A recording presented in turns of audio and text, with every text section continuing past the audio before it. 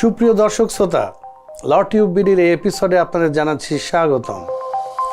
আমরা অধিকাংশই জানি না বাংলাদেশে কয় প্রকারের সিভিল কোর্ট বা দেওয়ানি আদালত আছে এবং কোন আদালতে কোন মামলার বিচার হয় সে সম্পর্কে। আর জানি না বলেই কেউ যখন সম্পত্তি সংক্রান্ত কোনো মামলায় জড়িয়ে পড়েন তখন হয়ে পড়েন দ্বিধাগ্রস্ত। এই বিষয়ে আপনাদের একটা পরিষ্কার ধারণা দিতেই আমরা এই এপিসোডের আলোচ্য বিষয় নির্ধারণ করেছি বাংলাদেশে কয় প্রকারের দেওয়ানি আদালত আছে।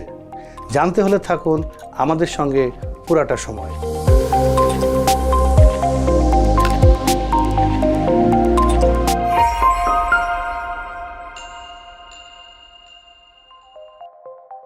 প্রথমেই আমরা বলছি বাংলাদেশের সর্বোচ্চ আদালত সম্পর্কে।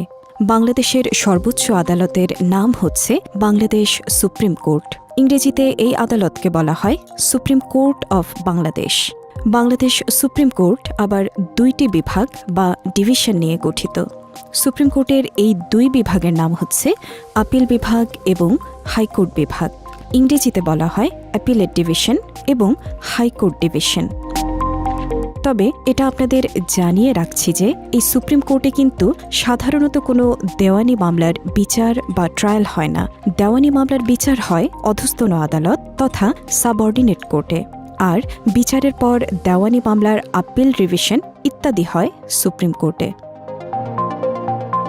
এবার আমরা জানব অধস্তন আদালত বা সাবঅর্ডিনেট কোর্ট সম্পর্কে। দেওয়ানি আদালতের প্রকারভেদ সম্পর্কে বলা হয়েছে 1887 সালের সিভিল কোর্টস অ্যাক্টে। এই আইনটির 3 ধারায় 5 প্রকারের সিভিল কোর্ট বা দেওয়ানি আদালতের কথা বলা হয়েছে, যথা জেলা জজ আদালত, অতিরিক্ত জেলা জজ আদালত, যুগ্ম জেলা জজ আদালত, সিনিয়র সহকারী জজ আদালত এবং সহকারী জজ আদালত। এখন প্রশ্ন হচ্ছে, এই 5 কোর্টের মধ্যে কোন কোর্টে কোন প্রকারের দেওয়ানি মামলা করা যায়, অথবা কোন কোর্ট কোন প্রকারের মামলা বিচার করতে পারেন। যেমন ধরা যাক, কেউ একজন আপনার একটি জমি দখল করার উদ্যোগ গ্রহণ করেছে। ওই ব্যক্তি যাতে আপনার জমিটি দখল করতে না পারে সেজন্য আপনি একটি ইনজাংশন বা নিষেধাজ্ঞার মামলা দায়ের করতে চাচ্ছেন।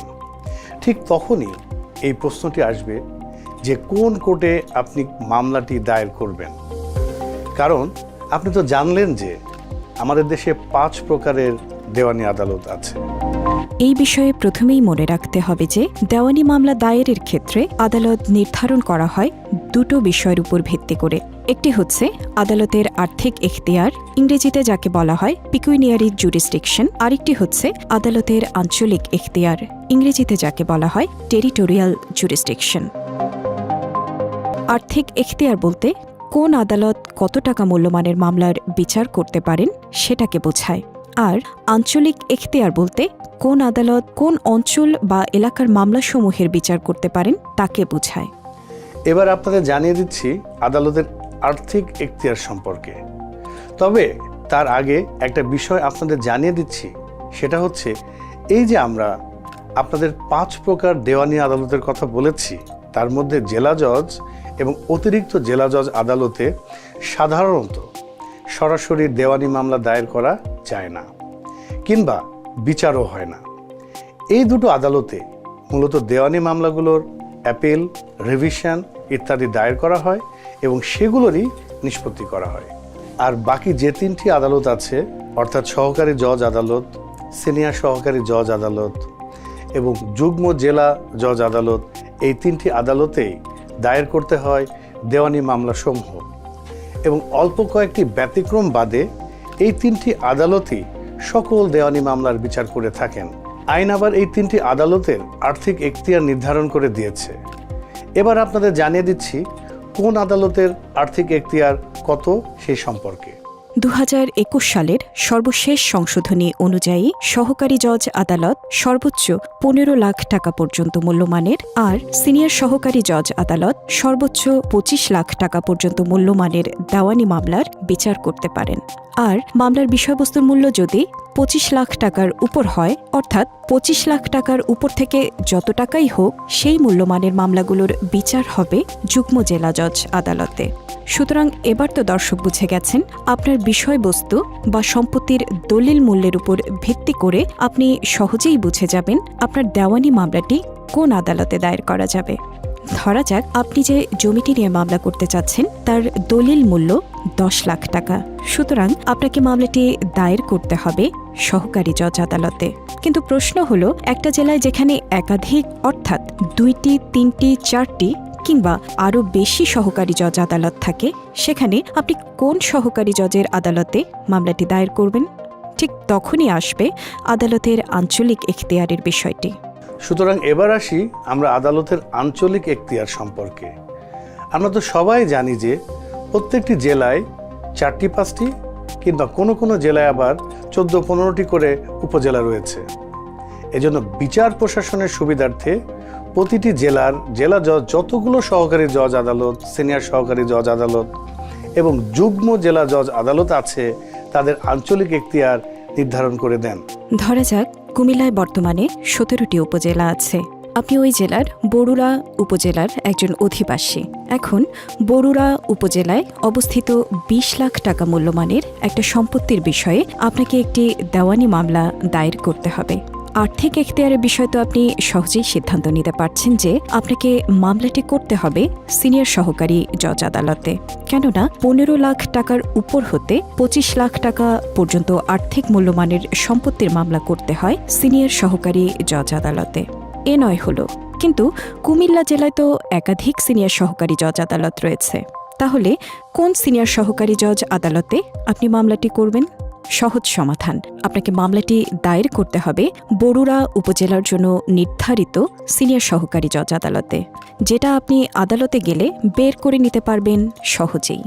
আসলে বের তো আর আপনাকে করতে হবে না, কেননা আপনি তো মামলাটি করার জন্য নিযুক্ত করবেন একজন অ্যাডভোকেটকে। আর একজন অ্যাডভোকেটের কাছে এই আঞ্চলিক এখতিয়ারের বিষয়টি থাকে মোটামুটি নখদর্পণেই। আপনার জানা দরকার কেবলমাত্র এই বিষয়ে একটা স্পষ্ট ধারণা পাওয়ার জন্য। প্রিয় দর্শক, এবার তো অন্তত এটা বুঝলেন যে সম্পত্তি বা বিষয়বস্তুর মূল্যমান এবং এলাকা হিসাব করে দায়ের করতে হয় দেওয়ানি মামলা। এখানে একটি উদাহরণ দিয়ে বিষয়টি পরিষ্কার করছি আমরা। এপিসোডটির শুরুতে আমরা যে উদাহরণটির উল্লেখ করেছিলাম সেটা এখানে আনছি আবার। যেমন ধরা যাক কেউ একজন আপনার একটা জমি দখল করার উদ্যোগ গ্রহণ করেছে। ওই ব্যক্তি যাতে আপনার জমিটি দখল করতে না পারে সেজন্য আপনি একটি ইনজাংশন বা নিষেধাজ্ঞার মামলা দায়ের করতে চাচ্ছেন। আপনার সম্পত্তিটি অবস্থিত ঢাকা জেলার সাভার উপজেলায়। প্রশ্নটি হচ্ছে, কোন কোর্টে আপনি মামলাটি দায়ের করবেন? আমরা ধরে নিচ্ছি আপনার জমিটির বর্তমান দলিল মূল্য 12 লাখ টাকা এবং জমিটি ঢাকা জেলার সাভার উপজেলায় অবস্থিত। এবার একটু হিসাব করে দেখুন তো কোন আদালতে মামলাটি দায়ের করতে হবে, কিংবা কোন আদালত এই মামলাটির বিচার করতে পারবেন। আর্থিক এখতিয়ারের এই ছকটা আবার ভালো করে দেখুন। 15 লাখ টাকা পর্যন্ত আর্থিক এখতিয়ার কোন আদালতের? স্পষ্টই দেখা যাচ্ছে এই আর্থিক এখতিয়ারটা হচ্ছে সহকারী জজ আদালতের। আপনার জমির দলিল মূল্য 12 লাখ টাকা, সুতরাং আপনাকে মামলা করতে হবে সহকারী জজ আদালতে। আর আঞ্চলিক এখতিয়ার সম্পর্কে তেমন হিসাব করার কিছু নেই। ঢাকা জেলার জজ কোর্টে গিয়ে দেখবেন সাভার এলাকার জন্য সহকারী জজ আদালত নির্ধারণ করাই আছে। ওই আদালতেই আপনাকে দায়ের করতে হবে আপনার এই মামলাটি। এবার পরিষ্কার হলো তো দর্শক? সুপ্রিয় দর্শক শ্রোতা, এই হলো দেওয়ানি আদালতের প্রকারভেদ এবং দেওয়ানি মামলা দায়ের ও বিচার করার সাধারণ এখতিয়ার। তবে এখানে আরও কয়েকটি বিষয় পরিষ্কার না করলে দেওয়ানি আদালত সম্পর্কে সম্যক ধারণা পাবেন না আপনারা। কেননা দেওয়ানি আদালত তো কেবলমাত্র সম্পত্তি সংক্রান্ত বিরোধেরই বিচার করে না, বরং সম্পত্তি সংক্রান্ত বিরোধ ছাড়াও কোনো পদের অধিকার, ক্ষতিপূরণ আদায়, পাওনা টাকা আদায়, পারিবারিক বিরোধ কিংবা বাড়ি ভাড়া সংক্রান্ত বিরোধেরও বিচার হয় দেওয়ানি আদালতে। পারিবারিক বিরোধ যেমন বিবাহ বিচ্ছেদ, দাম্পত্য সম্পর্ক পুনরুদ্ধার, দেনমোহর, ভরণপোষণ এবং অভিভাবকত্ব ও সন্তানের কাস্টাডি, এই 5টি বিরোধের বিচার করার এখতিয়ার দেওয়া হয়েছে পারিবারিক আদালত তথা ফ্যামিলি কোর্টকে। আর জেলার প্রতিটি সহকারী জজ আদালতই বিবেচিত হয় পারিবারিক আদালত হিসেবে।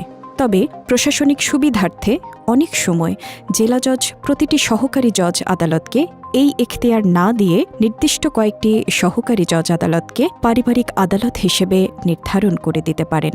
সেক্ষেত্রে এই পারিবারিক বিরোধের মামলাগুলো দায়ের করতে হবে ওই নির্ধারিত আদালতেই। বাড়ি ভাড়া সংক্রান্ত বিরোধ তথা ভাড়াটিয়া উচ্ছেদ, জোরপূর্বক উচ্ছেদ প্রতিহত করার, ভাড়া আদায় ইত্যাদির ক্ষেত্রে সরকার প্রত্যেক সিনিয়র সহকারী জজকে ১৯৯১ সালের বাড়ি ভাড়া নিয়ন্ত্রণ আইনের ৩ ধারার বিধান মোতাবেক নিয়ন্ত্রক বা কন্ট্রোলার হিসেবে নির্ধারণ করে দিয়েছে। সেক্ষেত্রে একজন জেলা জজ তার এখতিয়ারাধীন এক বা একাধিক সিনিয়র সহকারী জজ আদালতকে অঞ্চল ভাগ করে বাড়ি ভাড়া নিয়ন্ত্রণ আইনের অধীন মামলাগুলো দায়ের করার ক্ষমতা প্রদান করতে পারে। আপনার এলাকা হিসাব করে সেই আদালতে করতে হবে এই প্রকারের দেওয়ানি মামলাগুলো। মানি স্যুট তথা ক্ষতিপূরণের মামলা কিংবা পাওনা টাকা আদায়ের মামলার ক্ষেত্রে দাবিকৃত টাকার উপর হিসাব করে ঘটনাটি যেখানে সংঘটিত হয়েছে কিংবা বিবাদী যেখানে বসবাস করেন বা ব্যবসা করেন সেই এলাকার সহকারী জজ আদালত কিংবা সিনিয়র সহকারী জজ আদালত কিংবা যুগ্ম জেলা জজ আদালতের মধ্যে যেই আদালত এই মূল্যমানের মামলা বিচার করার ক্ষমতা আছে সেই আদালতে দায়ের করতে হবে এই প্রকারের মামলা। আবার ব্যাংক কিংবা আর্থিক প্রতিষ্ঠানের ঋণ আদায় সম্পর্কিত দেওয়ানি মামলাগুলো করা হয় অর্থঋণ আদালতে। প্রতিটি জেলায় এক বা একাধিক অর্থঋণ আদালত রয়েছে। একাধিক অর্থঋণ আদালতের ক্ষেত্রে সরকার বা জেলা জজ সময়ে সময়ে এই আদালতগুলোর আঞ্চলিক এখতিয়ার নির্ধারণ করে থাকেন। সেক্ষেত্রে উক্ত নির্ধারিত অর্থঋণ আদালতেই ব্যাংক বা আর্থিক প্রতিষ্ঠানকে দায়ের করতে হয় এই প্রকারের মামলা। একজন যুগ্ম জেলা জজ পদমর্যাদার বিচারক দায়িত্ব পালন করেন এই অর্থঋণ আদালতের বিচারক হিসেবে। সুপ্রিয় দর্শক শ্রোতা, সিভিল বা দেওয়ানি মামলা বিচার করার জন্য বাংলাদেশে কত প্রকারের দেওয়ানি আদালত রয়েছে এবং কোন আদালতে কোন ধরনের মামলার বিচার হয় কিংবা কোন দেওয়ানি মামলা কোন আদালতে দায়ের করতে হয় সে সম্পর্কে এই হচ্ছে আমাদের পরিবেশনা। আশা করি এই পরিবেশনার মাধ্যমে আমাদের দেশে বিদ্যমান দেওয়ানি আদালত নিয়ে আপনারা একটা পরিষ্কার ধারণা পেয়েছেন। এরপরও যদি এই বিষয়ে কোনো প্রশ্ন আসে তাহলে এপিসোডটির নিচে কমেন্ট বক্সে সরাসরি প্রশ্নটি করুন, নতুবা ইনবক্সে করতে পারেন আপনার প্রশ্নটি। আমরা চেষ্টা করব আপনার প্রশ্নের উত্তর দেওয়ার। বিদায় নিচ্ছি আমরা এখানেই। সবাই নিরাপদ থাকুন আর যুক্ত থাকুন ল টিউব বিডির সঙ্গে। বলবো সত্য বলবো করিলাম শপথ, কাঠ গড়ায় দাঁড়াইয়া বলি,